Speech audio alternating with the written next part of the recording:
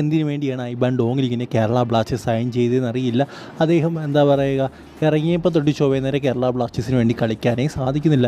എന്തായാലും ഐബാൻ മിക്കവാറും ഒരു 2 മാച്ച് സസ്പെൻഷനൊക്കെ കിട്ടാനുള്ള എല്ലാ സാധ്യതകളും ഉണ്ട്. ഹെഡ് ബട്ടൊക്കെ ചെയ്താൽ 3 മാച്ച് സസ്പെൻഷനാണ് കിട്ടുന്നത്. എന്തായാലും ഐബാൻ അടുത്ത കളിയിൽ ഇല്ലാത്ത സ്ഥിതിക്ക് ആര് ആ ഒരു പൊസിഷനിൽ കളിക്കുമെന്നുള്ളൊരു ചോദ്യത്തിനുണ്ട്. എന്നാലും കുറച്ച് പേരുണ്ട്, നമുക്കറിയാം റീപ്ലേസ് ചെയ്യാൻ പറ്റിയ താരങ്ങളുണ്ട്. എങ്കിൽ പോലും അതൊരു ചോദ്യം ചിഹ്നമാണ്. ബികാഷ് യുംനാമിനെയൊക്കെ വേണമെങ്കിൽ ആ ഒരു പൊസിഷനിൽ കളിക്കാം. ബട്ട് നമുക്കിപ്പോൾ അറിയാൻ സാധിക്കുന്നത് ബികാഷ് യുംനാം ഇതുവരെ ബ്ലാസ്റ്റേഴ്സിൻ്റെ ആ ഒരു ട്രെയിനിങ്ങിൽ പങ്കെടുത്തിട്ടില്ല എന്നാണ്.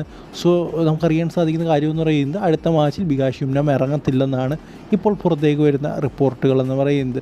ഒരുപക്ഷെ ബികാഷ് യുംനാം ഉണ്ടായിരുന്നെങ്കിൽ അദ്ദേഹത്തെ ആ ഒരു റൈറ്റ് ബാക്ക് പൊസിഷനിലൊക്കെ കളിപ്പിക്കായിരുന്നു എന്ന് തന്നെ പറയണം. സോ എന്തായാലും ഇതിനെക്കുറിച്ചുള്ള നിങ്ങളുടെ അഭിപ്രായം കമൻറ്റ് ബോക്സിലൊന്ന് പറയാം. ഇനി അടുത്ത അപ്ഡേറ്റ് എന്ന് പറയുന്നത് വെള്ളിയാഴ്ച നടക്കാൻ പോകുന്ന നമ്മുടെ ആ ഒരു മാച്ചിൻ്റെ പ്രസ് കോൺഫറൻസ് നാളെയാണ്, നാളെ 11:30. എന്തായാലും ഈ ഒരു പ്രസ് കോൺഫറൻസ് അറ്റൻഡ് ചെയ്യാൻ പോകുന്നത് വിപിൻ മോഹനും അതുപോലെ TG പുരുഷോത്തമനുമാണ്.